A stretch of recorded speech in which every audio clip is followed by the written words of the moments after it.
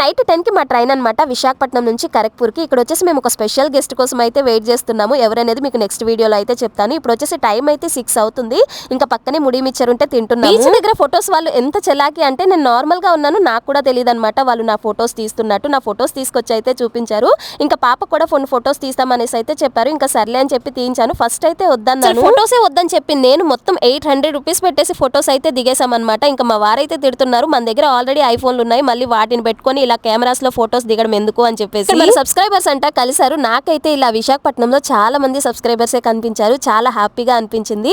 ఎక్కడో ఉండే నేను ఇలా ఎక్కడ పడితే అక్కడ నన్ను గుర్తించడం అనేది చాలా హ్యాపీగా ఉంది. బీచ్ అంటే ఎంత ఇష్టం ఉందో అంతకన్నా ఎక్కువగా భయం చాలా ఉందన్నమాట. ఎందుకంటే నా చిన్నప్పుడు మా రిలేటివ్స్ ఇంటికి ఇక్కడికే వచ్చినప్పుడు నేను మా అక్క వాటర్ లో ఇలానే కొట్టుకుపోతుంటే ఒకళ్ళైతే చాలా గట్టిగా పట్టుకొని మమ్మల్ని బయటికి తీసుకొచ్చారు. నా చిట్టుతల్లి అయితే హార్స్ కూడా ఎక్కింది. మా ఫొటోస్ ఎలా ఉన్నాయో ఖచ్చితంగా కమెంట్ అయితే చేసి చెప్పండి. వీడియో నచ్చితే లైక్ చేయండి, ఛానల్ ని సబ్స్క్రైబ్ చేసుకోండి.